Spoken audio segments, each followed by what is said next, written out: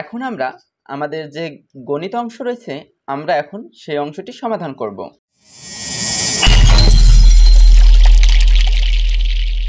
তেইশ পর্যন্ত সংখ্যার যোগফল কত, অর্থাৎ এইখানে তোমার হচ্ছে কর্মিক সংখ্যার যোগফলটা চাইছে। যদি এরকম থাকে তাহলে আমরা কি করতে পারবো, আমাদের সূত্র আছে, কি আছে যে প্রথম পদ যোগ হচ্ছে তোমার শেষ পদ,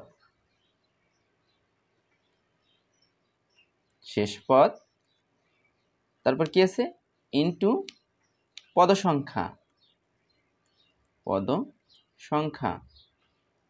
কি হচ্ছে এখানে মোট কতটি সংখ্যা আছে, এবং এই অংশটিকে আমরা কি করব 2 দ্বারা ভাগ করে দিব। তো এখন দেখো এখানে প্রথম পদ কোনটি 1 এবং শেষ পদ কত আছে তোমার 23। তো আমরা কি করতে পারি, আমরা প্রথম পদ দিলাম এবং আমরা শেষ পদটাও দিলাম। এখন তোমার পদ সংখ্যা হচ্ছে তোমার 23টি, তাই 23 দিব আমরা এবং 2 দিয়ে ভাগ করে দিব। এখন কি আছে দেখো 23 আর 1 যোগ করলে কত হবে 24, আর এইখানে আছে কত তোমার 23 ভাগ 2। এখন 2 দিয়ে যদি তুমি 24টা কেটে দাও তাহলে কত হবে 12, তাই 12 গুণ হচ্ছে 23। তো 12 আর 23 গুণ করলে কত হবে 23 গুণ হচ্ছে 12, 3 দুগুণে 6 আর হচ্ছে 2 2 4, 3 আর হচ্ছে কত 2 1 2, অর্থাৎ 6 7 2। উত্তর হবে কত, উত্তর হচ্ছে খ 276। এইভাবে হচ্ছে তুমি অঙ্কগুলো সমাধান করতে পারো। এই অঙ্কটি অন্য সূত্রের মাধ্যমে করা যায়, যেমন আমরা কি করি যে প্রথম পদ কত এরকম লিখি, এরকম সূত্রে নেই, এবং এর অন্তর ডি এবং পদ সংখ্যা হচ্ছে কত 23টি। এরপর আমরা কি লিখতে পারি, আমাদের যে সূত্র আছে যে যদি n-তম পদ হয় তবে পদের সমষ্টি আমরা কোন সূত্রে লিখি, যে n/2 2a ইন্টু আমরা কি লিখি n-1 ইন্টু হচ্ছে কত তোমার ডি। তুমি এখানে এই সূত্র দিয়েও অঙ্কটি করতে পারো, কিন্তু এটা একটু বড়, এটা দরকার নেই। যদি এরকম অঙ্ক এসে থাকে তাহলে তুমি এই সূত্র প্রয়োগ করে এই অঙ্কগুলো সমাধান করতে পারবে। এরপরে আমরা পরবর্তী অঙ্কটি দেখব। 18 নম্বর প্রশ্ন কি বলা হয়েছে, 2 থেকে 32 পর্যন্ত মৌলিক সংখ্যা কয়টি? এখানে মৌলিক সংখ্যা হচ্ছে 11টি। কিভাবে দেখো 2 থেকে 32 পর্যন্ত মৌলিক সংখ্যা কয়টি এবং কি কি রয়েছে যদি তুমি একটু লক্ষ্য করো, কি আছে 2 আছে, 3 5 7 11 13, কত আছে এখানে 17, আর আছে 19, আর কত আছে 23, তারপর হচ্ছে 29 এবং 31। এখন তুমি দেখো 1 2 3 4 5 6 7 8 9 10 11, অর্থাৎ এখানে 2 থেকে 32 পর্যন্ত মৌলিক সংখ্যা কয়টি হবে 11টি। এই অঙ্কগুলো সহজ আছে, কঠিন না। 29 নম্বর প্রশ্ন যদি তুমি দেখো কি বলছে, দুইটি সংখ্যার লসাগু হচ্ছে 75 এবং গসাগু 5 দেওয়া আছে, এবং একটি সংখ্যা যদি 15 হয় তাহলে অপর সংখ্যাটি কত হবে। যদি তোমার এরকম অঙ্ক এসে থাকে তাহলে তুমি কি করবা, যদি লসাগু এবং গসাগু দেওয়া থাকে এই দুইটি গুণ করবা এবং এখানে যে একটি সংখ্যা দেওয়া থাকবে সেটি অপর সংখ্যা হতে পারে অথবা একটি সংখ্যা হতে পারে, যদি থাকে সেটি তুমি কি করবা ভাগ করে দিবা, তাহলে হয়ে যাবে। তাই এখন 15 যদি তুমি কাটো কত 15 15, 3 দ্বারা কাটলাম এবং 3 দিয়ে 75 কাটবো তাহলে কত হবে 25, অর্থাৎ 3 25 কত 75, 15 15 3 × 4 = 7, এটি উত্তর হবে খ। 60 নম্বর প্রশ্ন কি বলছে, 3 অঙ্কের বৃহত্তম ও ক্ষুদ্র সংখ্যার পার্থক্য। এটি একটি একদম সহজ অঙ্ক দিছে। 3 অঙ্কের বৃহত্তম সংখ্যা কত, 3 অঙ্কের বৃহত্তম সংখ্যা হচ্ছে কত 3টা 9 হবে, এবং ক্ষুদ্রতম সংখ্যা কি, ক্ষুদ্রতম সংখ্যা হচ্ছে 100। এখানে 3টা বলছে, যদি তোমার 4 বলতো তাহলে এখানে আরেকটা শূন্য হতো এবং এখানে আরেকটা 9 হতো। এখন পার্থক্যর কথা বলছি, তাহলে কি হবে বিয়োগ হয়ে যাবে। এখন তুমি কি করবা 999 থেকে 100 বিয়োগ করবা, তাহলে 100 বিয়োগ করলে উত্তর কত আসবে, তাই উত্তর হবে 899। 61 নম্বর প্রশ্ন যদি আমরা একটু দেখি কি বলছে, একটি সংখ্যার অর্ধেক তার 1/3 চেয়ে 17 বেশি, তো সংখ্যাটি কত হবে? তোমাকে বলছে যে একটি সংখ্যা আছে, ধরো সেটি হচ্ছে অর্ধেক এবং কি বলছে যে 1/3 চেয়ে 17 বেশি, তবে সংখ্যাটি তোমার কত হবে? অঙ্কটি একটু জটিল আছে, তো ভয় পাওয়ার কিছু নেই, করে দিচ্ছি। দেখো আমরা প্রথমে কি করব, আমরা তো জানি না সংখ্যাটি কত, তাই না? তো আমরা কি করব, ধরি সংখ্যাটি x। ওকে, এখন আমরা কি করব, প্রশ্ন মতে লিখব। প্রশ্ন মতে আমরা কি লিখতে পারি? অর্ধেক বলছে, অর্থাৎ সংখ্যাটির অর্ধেক, অর্থাৎ সংখ্যাটি যদি x হয় তাহলে অর্ধেক কত হবে? x/2 সমান দেব, এবং কি বলছে 1/3 চেয়ে 17 বেশি, অর্থাৎ হাফটা কি হবে? 1/3 এবং 17 থেকে বেশি হবে। তাহলে 1/3 বলছে, তো 1/3 বলতে কি বোঝায়? অর্থাৎ এই সংখ্যাটির 3 ভাগের 1 ভাগ, অর্থাৎ আমরা কি লিখব? x/, এখানে কত হবে? 3 বা দেব। এখন আমরা একটু যোগ বিয়োগ করে দেব, যেহেতু এই এক্সটা আছে, এক্সটা আমরা কি করব? বা দিকে নিয়ে আসবো। তো x/2, যেহেতু আমরা জানি সমান চিহ্নের যদি বাঁ দিকে এবং ডান দিকে কোনো সংখ্যা যায় তাহলে কি হয়ে যায়? তার সাইন পরিবর্তন হয়ে যাবে। যদি প্লাস থাকে তাহলে মাইনাস হবে, আর যদি মাইনাস থাকে তাহলে প্লাস হবে। তো এখানে কি আছে? মাইনাস হয়ে যাবে এবং x/3 হবে, আর এখানে থাকলে কি তোমার 17 থাকবে, বা দেব। এবং এখান থেকে 2 এবং 3-এর লসাগু কত হবে? 6। তো এখানে কত হবে? 3x, অর্থাৎ যদি তুমি 2 6 দিয়ে ভাগ করো কত? 3 হবে, এবং 3 দিয়ে কী করতে হবে? এই অংশটাকে গুণ করতে হবে, আর এইখানে কত হবে? 2, অর্থাৎ 2x সমান 17, বা এখানে কি কত থাকে তাহলে? 6, আর এইখানে থাকবে শুধু x, আর এইখানে থাকছে তোমার 17, বা দেব, এবং x সমান 17 গুণ 6 সমান আমরা কত লিখতে পারি? 6 × 42 2, 4, আর 6 কে 6, 6 আর 4 10, অর্থাৎ 102। তাহলে উত্তরটি কত হবে? 102। 62 নম্বর প্রশ্ন কি বলছে? 13, 17, 25, 41 যদি হয় তাহলে পরবর্তী সংখ্যাটি কত হবে? এখন তুমি যদি একটু খেয়াল করো, এর ভিতরে পার্থক্য কত আছে? 4, আবার এর থেকে পার্থক্য কত? 8, এবং 25 থেকে 41-এর ভিতরে পার্থক্য কত? 16। এখন তুমি যদি দেখো একটা র্যান্ডম রয়েছে, অর্থাৎ প্রথম ছিল 4, তার দ্বিগুণ হয়ে গেছে, এরপর ছিল 8, 8-এর দ্বিগুণ হয়ে গেছে 16, তার মানে এর পরবর্তী সংখ্যা কত হবে? এর দ্বিগুণ হবে, অর্থাৎ 32 হবে। তাই 32-এর সাথে তুমি কি করবা? 41 এবং 32 তুমি যোগ করে দিবা, তাহলে যে সংখ্যাটি আসবে সেটি হবে। তাহলে কত হবে? 3 আর হলো 7, 4 আর 3 যোগ করলে 7 হবে, অর্থাৎ 73। তো উত্তরটি হবে 73। এ নিয়ে এত ভয় পাওয়ার কিছু নেই। 63 নম্বর প্রশ্ন কি বলছে? যে একটি চেয়ার 180 টাকা বিক্রি করায় 25% লাভ হয়, চেয়ারের ক্রয় মূল্য কত? অর্থাৎ ধরো তুমি একটি চেয়ার 180 টাকা বিক্রি করছো, তুমি দেখলা যে তোমার 25% লাভ হয়েছে। এখন তোমাকে বলছে যে তাহলে চেয়ারের ক্রয় মূল্যটি কত? তাহলে দেখি আমরা এটা কিভাবে করতে পারি। তার আগে আমরা কি লিখব? যেহেতু লাভ হয়েছে, তা লাভ হলে কি করতে হয়? তো আমরা লিখতে পারি যে 25% লাভে বিক্রয় মূল্য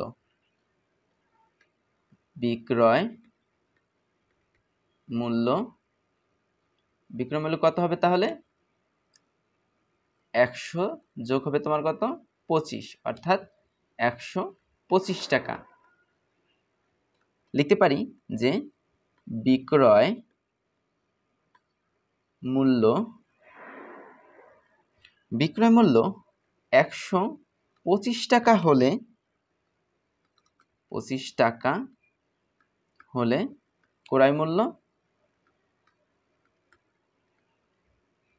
ক্রয় মূল্য কত হবে? 100 টাকা। অতএব দিব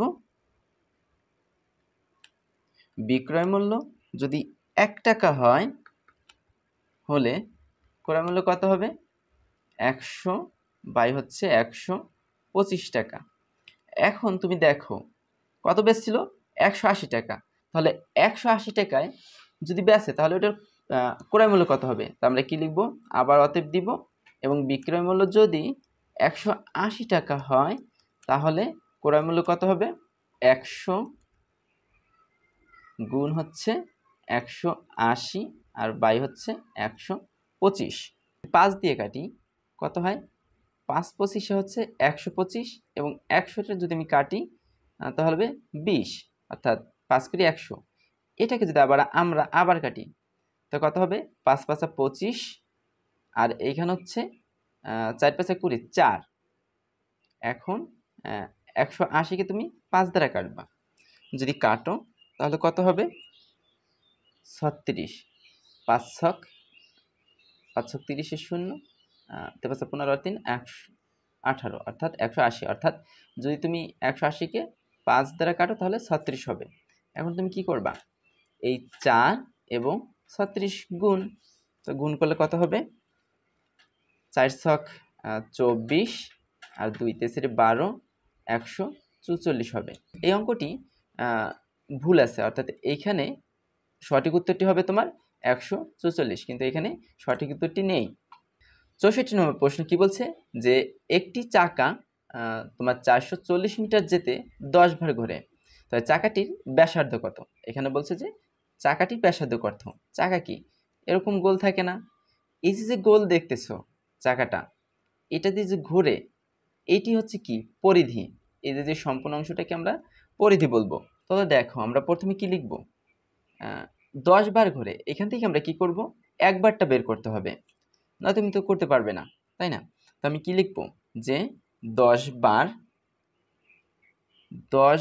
ঘুরতে 10 বার ঘুরতে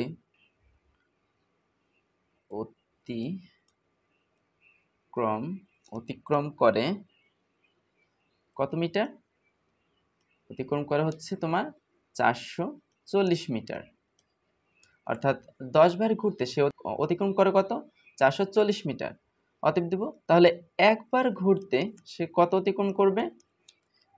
440 বাই হচ্ছে কত তোমার 10 মিটার।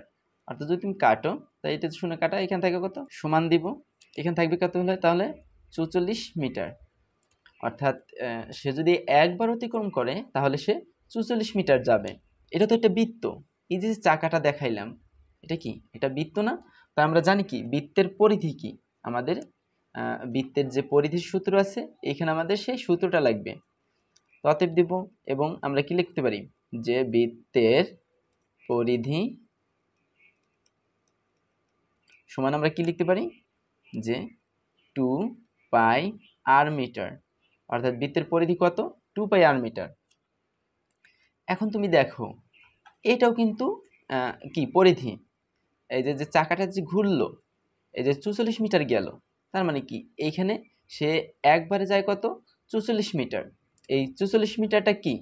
এই চাকার পরিধি, এবং যেহেতু এটি বৃত্ত তাই বৃত্তের পরিধি আবার কি? 2 পাই আর। তাহলে আমরা কি লিখতে পারি? যে এই দুটো কিন্তু সমান। তো এখান থেকে যদি তুমি আর এর মান বের করো তাহলে কিন্তু তুমি তোমার উত্তরটা পেয়ে যাবে। তো এখন আমরা যদি দেখি, তাই আমরা কি করব? অতএব দিব এবং 2 পাই আর ইকুয়াল আমরা কত লিখতে পারি? 44 মিটার। ঠিক আছে, এখানে মিটার দিলাম না, বা দিব এবং এখানে আমরা আরটা দরকার যেহেতু, তো আরটা রেখে দিব এবং বাকি অংশ আমরা কি করব? ডান দিকে নিয়ে যাবো, অর্থাৎ ডান দিকে যদি যায় ভাগ হয়ে যাবে। তাই 2 পাই সমান দিব। এখন তুমি দেখো যদি তুমি 44 এবং 2 পাইয়ের মান কত? 3.1416। এখন তুমি 44টা যদি কেটে দাও কত হয়? কত? 22। এখন 22 ভাগ হচ্ছে কত? 3.1416 যদি ভাগ করে দাও তাহলে কত হবে? 7 মিটার হবে। অর্থাৎ এখানে আরো সামথিং কিছু আছে, তো এইটি উত্তর কত হবে? 7 মিটার। উত্তর হচ্ছে গ, 7 মিটার হবে। এইভাবে হচ্ছে এই অঙ্কগুলো তোমাকে সমাধান করতে হবে। আগে তোমাকে অঙ্কটা বুঝতে হবে, তারপর তোমাকে অঙ্ক করতে হবে। যদি না বুঝো তাহলে কিন্তু অঙ্ক করে লাভ নেই।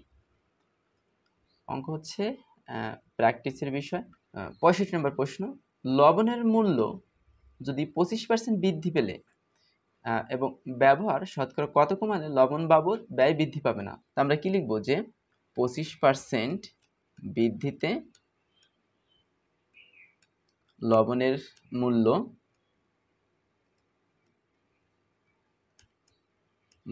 মূল্য কত সমান দেব, যেহেতু বৃদ্ধি পাইছে তাহলে কত হবে প্লাস, অর্থাৎ 100 প্লাস হচ্ছে তোমার 25, এই 100টা হচ্ছে ধ্রুবক, অর্থাৎ এটাকে আমরা ধরে নেই। তো আমরা কি লিখতে পারি 125 টাকা।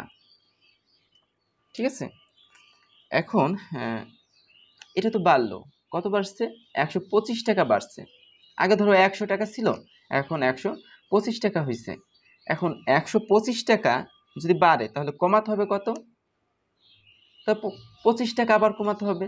তো আমরা কি লিখতে পারি যে লিখব 125 টাকায় কমাতে হবে 25 টাকা, অর্থাৎ 125 টাকায় কমাতে হবে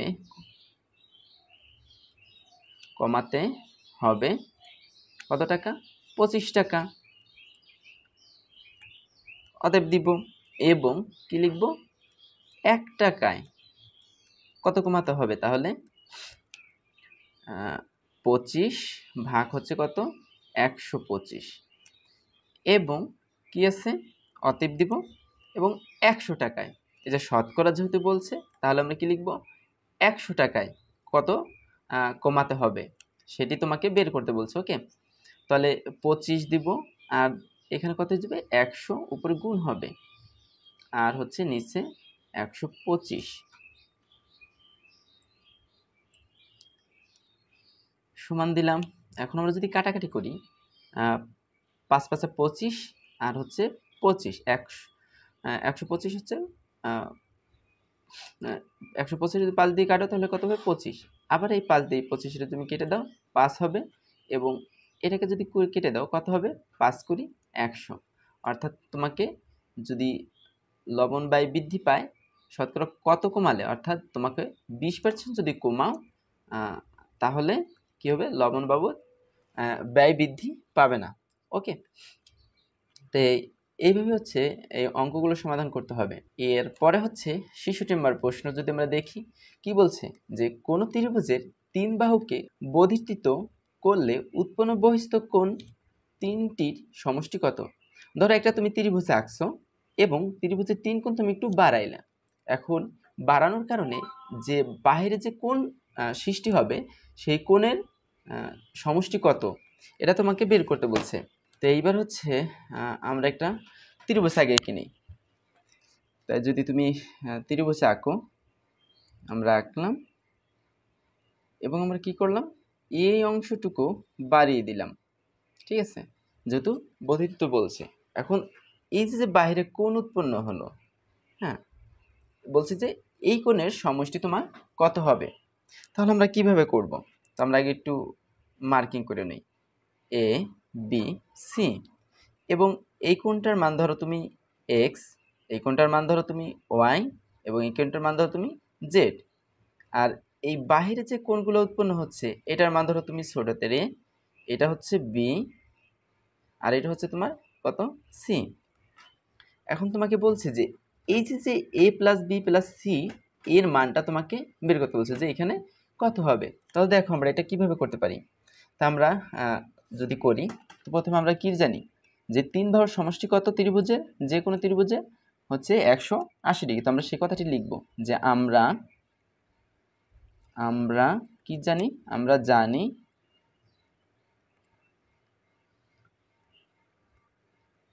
যে কোনো ত্রিভুজের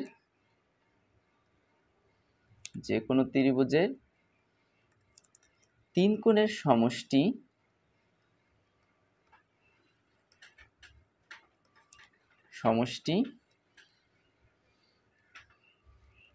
কত 180 ডিগ্রি। ওকে, এটা তোমরা জানি তাই না। তো অর্থাৎ আমরা দেব দিব, এখন অর্থাৎ দিয়ে আমরা কি লিখব, এখানে 3 কোণ বলতে কোন 3টা কোণ আছে, এখানে হচ্ছে এক্স কোণ প্লাস হচ্ছে কত ওয়াই কোণ প্লাস হচ্ছে তোমার জেড কোণ, অর্থাৎ এখানে এই তিন কোণের সমষ্টি কত হবে 180 ডিগ্রি। ক্লিয়ার? আবার যদি আমরা দেখি, আবার লিখব, আবার লিখে আমরা কি লিখতে পারি যে এক সরল কোণ, এক সরল কোণের মান কত সমান হচ্ছে 180 ডিগ্রি। এখন এক সরল কোণ কোনটা? এই যে দেখতেছো, ধরো এই যে একটা রেখা, হ্যাঁ, এইখানে ধরো এই যে এই অংশটুকুর কোণের মান হচ্ছে তোমার 180 ডিগ্রি, অর্থাৎ এই ত্রিভুজের মধ্যে দেখি টোটাল এই যে টোটাল অংশটা আছে, অর্থাৎ এই যে টোটাল অংশটা রয়েছে, এই যে দুইটা অংশ মিলে এটি হচ্ছে কি এক সরল কোণ, অর্থাৎ এর মান হচ্ছে কত তোমার 180 ডিগ্রি। আমরা এখানে সেটাই লিখছি। অতএব আমরা কি লিখতে পারি যে বহিস্থ কোণ তিনটির যোগফল, অর্থাৎ বহিস্থ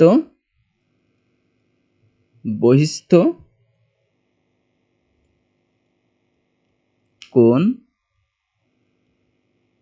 তিনটির যোগফল কত হবে? এখন বহিস্থ কোণ বলতে বাইরের কোণ যেহেতু, তাই এখন তুমি কি করতে পারবা, এখান থেকে তুমি কি করবা, এই বহিস্থ কোণ তুমি কোথা থেকে পাবা?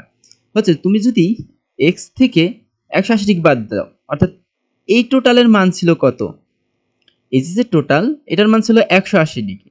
এখন তুমি ধরো এই অংশটুকুর মান জানো, যেটার মান জানো, তাহলে এইটা থেকে যদি তুমি এই অংশটা বাদ দাও তাহলে কিন্তু তুমি এই কোণটা পাবা, তাই না? তো আমরা এখানে সেই কাজটি করব। তাই কি লিখব যে 180 ডিগ্রি মাইনাস এক্স কোণ, আবার কি লিখব প্লাস 180 ডিগ্রি মাইনাস ওয়াই কোণ, আবার কি প্লাস 180 ডিগ্রি মাইনাস হচ্ছে তোমার জেড কোণ। ঠিক আছে, তাই আমরা তিনটা যোগ করে দেব। তাই কি হবে 180 যোগ হচ্ছে 180 ডিগ্রি কোণ প্লাস হচ্ছে 180 ডিগ্রি কোণ, আর এখান থেকে কি মাইনাস এক্স কোণ, এখান থেকে হচ্ছে মাইনাস ওয়াই কোণ, আর এখান থেকে হচ্ছে মাইনাস তোমার জেড কোণ, সমান দিব এইটা যোগ করো, তাহলে কত হবে 540 ডিগ্রি মাইনাস, এখন দেখো এই কটা রয়েছে, এখন এখানে যেহেতু মাইনাস আছে আমরা কি লিখতে পারি মাইনাস সাইন কমন নিতে পারি। তো এখানে থাকবে কি তাহলে এক্স কোণ প্লাস হচ্ছে ওয়াই কোণ প্লাস হচ্ছে তোমার জেড কোণ।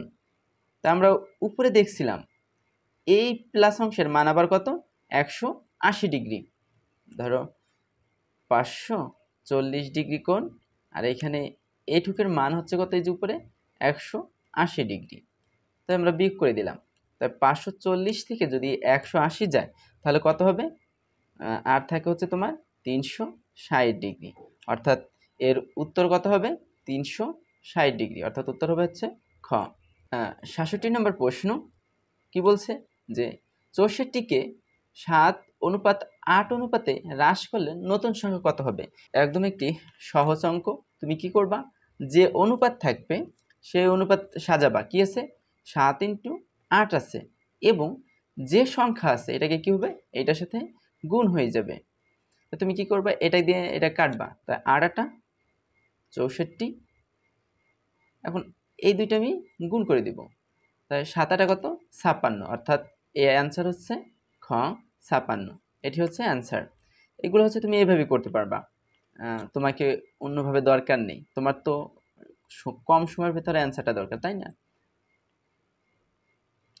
এরপর দেখি আমরা 68 নম্বর প্রশ্ন কি বলছে, 121, 154 এবং 279 এবং 594 কোন সংখ্যাটি অন্যান্য সংখ্যাতে ভিন্ন?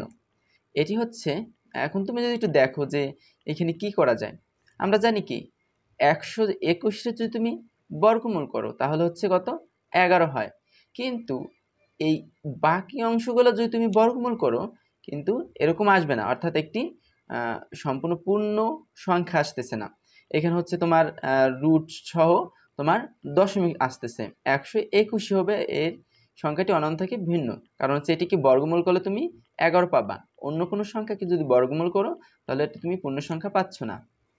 ঠিক আছে, এরপর হচ্ছে 69 নম্বর প্রশ্ন। কি বলছে যে পিতা এবং পুত্রের বয়সের সমষ্টি হচ্ছে কত? 60 বছর, এবং তাদের বয়সের অনুপাতে কত আছে? 7 × 3, এবং 12 বছরের আগে তাদের বয়সের অনুপাত কত ছিল? এখন তোমাকে বলছে যে 12 বছর আগে তাদের বয়সের অনুপাত কত ছিল। তাদের বয়সের অনুপাত দেওয়া আছে কত? 7 × 3। তো চলো আমরা দেখি এই অঙ্কটা আমরা কিভাবে করতে পারি। তো প্রথমে আমরা কি করব, আমরা তো জানি না যে কার বয়স কত, এটা তো আমাদেরকে বলে দেয় না, তো আমরা এখান থেকে বের করে নেব। তো আমরা লিখব যে মনে করি, কি মনে করতে পারি, যে পিতার বয়স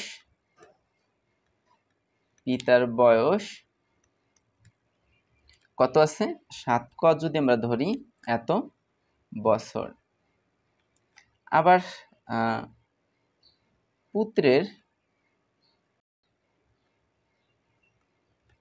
পুত্রের বয়স কত আছে? এখানে তোমার 3 ক হবে, অর্থাৎ 3 আছে অনুপাত, এই জন্য প্রশ্ন মতে দিলাম। এখন কি বলছে? পিতা এবং পিতার বয়সের সমষ্টি। এখন তুমি যদি পাও, পিতার বয়স পাইলে কত? 7 ক, এবং পুত্রের বয়স পাইলে কত? তুমি 3 ক। এখন সমষ্টি কত বলছে? 60। আমরা যদি প্রশ্ন মতে লিখি, প্রশ্ন মতে আমরা কি লিখতে পারি, যে 7 ক প্লাস তোমার 3 ক ইকুয়াল টু আমরা কি লিখতে পারি? 60। অর্থাৎ যেহেতু বলছে সমষ্টি, তাই দুইটার সমষ্টি কত আছে? 60 বা দিব। এখন আমরা কি করব, এখান থেকে কর মানটা বের করব। তাই 7 ক এবং 3 ক যোগ করলে কত হবে? 10 ক। এখানে আছে কত? তোমার 60। তো আমরা এখান থেকে কম ইকুয়াল টু কি লিখতে পারি? 60 ভাগ হচ্ছে তোমার 10। এখানে অ্যান্সার হচ্ছে 6। তো আমরা কর মান পেলাম কত? 6। অতএব দিব, কি লিখবো এখন? অতএব পিতার বর্তমান বয়স কত? যেহেতু আমরা কর মান পাইলাম, পিতার বর্তমান বয়স সমান কত আছে? ছিল 7, আর গুণ হবে হচ্ছে তোমার 6। কত আছে? এত বছর। কত আছে? 42, 6 × 7 = 42 বছর। এবং পুত্রের বর্তমান বয়স কত আছে তাহলে? 3 × 6 সমান কত? 3 × 6 = 18 বছর। এটা আমরা পেলাম কি, যে পিতা এবং পুত্রের বর্তমান বয়স পেলাম। এখন বলছে যে 12 বছর পূর্বে তাহলে তাদের বয়স কত ছিল? তো আমরা কি লিখতে পারি, যে অতএব দিব, আমরা কি লিখবো, যে 12 বছর পূর্বে, 12 পূর্বে পিতার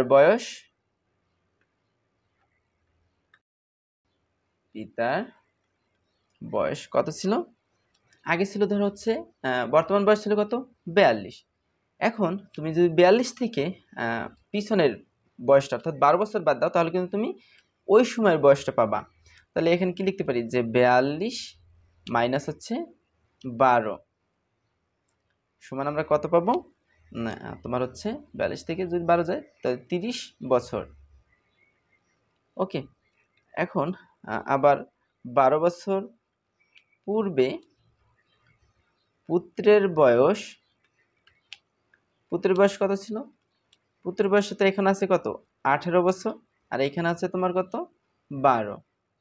তাই সমান হবে, আর এখানে থাকে কত? তাহলে 6 বছর। এখন তোমাকে বলছে যে তাহলে তাদের বয়সের অনুপাত কত? এখন তুমি দেখো, আমরা যদি একটু উপরে যাই, বয়সের অনুপাত কত বলছে, যে তাদের বয়সের অনুপাত কত হবে? তা পিতার বয়স পেলাম কত? আমরা 30:1 দিব। আমরা কি লিখতে পারি, যে বয়সের অনুপাত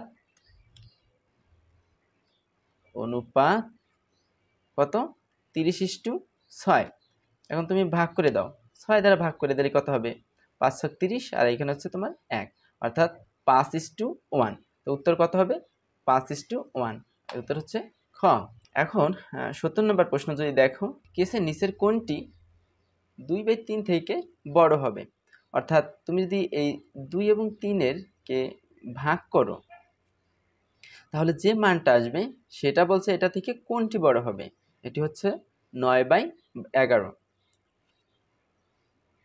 এটি হচ্ছে তুমি পারবে, এটি সহজ আছে, এ নিয়ে কোনো ভয় পাওয়ার কিছু নেই। তুমি কি করবা, এই যে সংখ্যাগুলো আছে ধরো 3/2, এটাকে তুমি ভাগ করে দিবা এইভাবে। তো ধরো একদম দশমিক একটা সংখ্যা আসলো, এরকম দেখবে এখানে কোন সংখ্যাটি বড় আছে। এখানে 7 থাকতে পারে, 6 থাকতে পারে, 5 থাকতে পারে, 8 থাকতে পারে। যদি দেখো এখানে 8 আছে, তার মানে কি 0.8 এই সংখ্যাটি হচ্ছে বড়, অর্থাৎ এখানে এই সংখ্যাটি হচ্ছে বড়। অন্যগুলা দেখবা এখানে 4, 5, 6, 7, এখানে হচ্ছে 8 আসবে। ঠিক আছে। 71 নম্বর প্রশ্ন, একটি সমবাহু ত্রিভুজের প্রতি বাহুর দৈর্ঘ্য 10 মিটার হলে ত্রিভুজের ক্ষেত্রফল কত? সুন্দর একটি অঙ্ক। দেখবে এই টাইপের অঙ্ক অনেক পরীক্ষায় আসে, রিটেন পরীক্ষা হয়ে দেয়, বিভিন্ন যে সব পরীক্ষাগুলো হয়ে থাকে চাকরির পরীক্ষা, সেখানে রিটেনের অংশে এই পরীক্ষাগুলো এসে থাকে। তো দেখো এই অঙ্কটি আমরা কিভাবে করতে পারি। সমবাহু বলতে কি বুঝাইছে? সমবাহু বলতে 3টি বাহু সমান থাকে যে ত্রিভুজের, অর্থাৎ ধরো একটা আমরা ত্রিভুজ আঁকবো, 3টি বাহু সমান হতে হবে, অর্থাৎ এই বাহু সমান থাকবে, এই বাহু সমান থাকবে এবং এই বাহু সমান থাকবে। যদি এরকম থাকে তাহলে সেটি হচ্ছে তোমার সমবাহু ত্রিভুজ। ক্লিয়ার? এখন বলছি যে বাহুর দৈর্ঘ্য হচ্ছে তোমার 10 মিটার, অর্থাৎ এইটার মানও 10 মিটার, এটার দামও 10 মিটার। ত্রিভুজটির ক্ষেত্রফল কত? আমরা জানি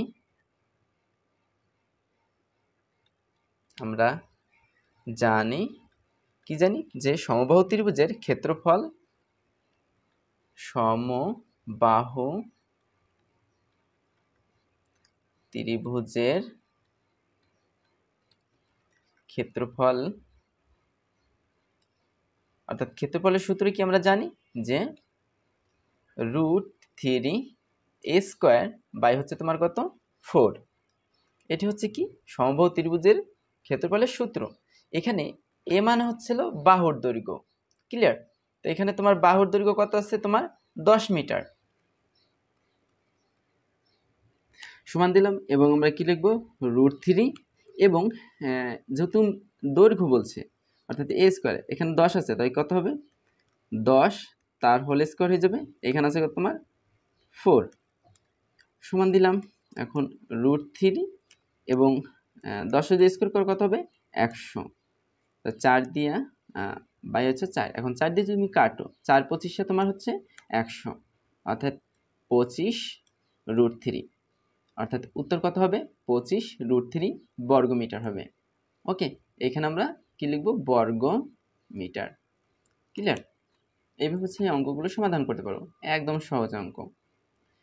এরপর হচ্ছে 72 নম্বর প্রশ্ন কি বলছে যে একটি বৃত্তের ব্যাস যদি দ্বিগুণ করা হয় তাহলে ক্ষেত্রফল কত গুণ হবে। এটি যদি এরকম থাকে, দ্বিগুণ থাকে, 3 গুণ থাকে, যদি 3 থাকে তাহলে 9 গুণ হবে, দ্বিগুণ থাকলে হচ্ছে 4 গুণ হবে, এরকম হবে, অর্থাৎ ক্ষেত্রফল তার দ্বিগুণ হয়ে যাবে। দ্বিগুণ থাকলে হবে কত 4 গুণ। তো আমরা এটা দাগিয়ে দেবো হচ্ছে 4 গুণ। আমরা কি অঙ্কটা করে দিব? আচ্ছা ধরো আমরা অঙ্কটা করেই দিই। আমরা একটা বৃত্ত আঁকি অনেক বড় এবং কি বলছে ব্যাস, ব্যাস কোনটি এই 2r, ঠিক আছে, আর ব্যাসার্ধ হচ্ছে এই অর্ধেক, অর্থাৎ আর আর এটি হচ্ছে কি ব্যাস, আর এই যে অর্ধেক আর এটি হচ্ছে ব্যাসার্ধ। ক্লিয়ার? এখন তুমি দেখো যখন ব্যাস 2r হয় তখন ক্ষেত্রফল কি হবে, আর যদি দ্বিগুণ করা হয় তখন কি হবে। আমরা লিখতে পারি যে ব্যাস সমান 2r, তখন ব্যাসার্ধ কত হবে ব্যাসার্ধ তখন হবে কত আর, অর্থাৎ ব্যাস যা হবে ব্যাসার্ধ হবে তার অর্ধেক, এবং ক্ষেত্রফল কত হবে তখন, ক্ষেত্রফল সমান আমরা জানি কি যে πr², অর্থাৎ বৃত্তের ক্ষেত্রফলের সূত্র হচ্ছে πr²। এখন যেহেতু তোমাকে বলছে এটা তো নর্মাল ব্যাসের সময় সূত্র হবে, এখন তোমাকে যদি ব্যাস দ্বিগুণ বলে তাহলে কত হবে, আমরা কি লিখব যে ব্যাস দ্বিগুণ, অর্থাৎ 2r ইন্টু হচ্ছে তোমার কত 2, অর্থাৎ তোমার কত হলো 4r, তখন ব্যাসার্ধ কত হবে, ব্যাসার্ধ সমান যেহেতু 4 আছে, তাই ব্যাসার্ধ কত হয়ে যাবে? তার অর্ধেক। তখন কত হয়ে যাবে? 2r হয়ে যাবে। এবং ক্ষেত্রফল কত হবে তখন? ক্ষেত্রফল সমান কত হয়ে যাবে? পাই 2r তার হোল স্কোয়ার হয়ে যাবে। সমান দিব আমরা এখন, কত হয়ে গেল তাহলে? 4 পাই আর স্কোয়ার। এখন যেহেতু বলছে যে কত গুণ, অর্থাৎ এই অনুপাতটা কত হবে, এইটা এবং এটা আমরা কি করে দেবো? তাহলে ভাগ করে দেবো। ভাগ করে দিলে আমরা আমাদের অনুপাতটা পাই যাব। তাই 4 পাই স্কোয়ার ভাগ দিয়ে দিলাম পাই আর স্কোয়ার দিয়ে দিলাম। এখন দেখো, এই পাই স্কোয়ার এই পাই স্কোয়ার বাদ, এখানে থাকলে কত চলে? তোমার 4। অর্থাৎ এর যদি ব্যাস দ্বিগুণ করা হয় তাহলে ক্ষেত্রফল কত গুণ হবে? 4 গুণ হবে। ঠিক আছে, এটি তুমি এভাবে সমাধান করতে পারো। যদি রিটেন আসে তাহলে তুমি এটা এভাবে সমাধান করবে। তো এত সময় ভিডিওটি দেখার জন্য ধন্যবাদ। আর যারা এখনো আমাদের চ্যানেলটি সাবস্ক্রাইব করেন তারা অবশ্যই আমাদের চ্যানেলটি সাবস্ক্রাইব করে আমাদের সাথে থাকবে। দেখা হবে পরবর্তী কোনো ভিডিওতে। তো ভালো থাকবে এবং সুস্থ থাকবে।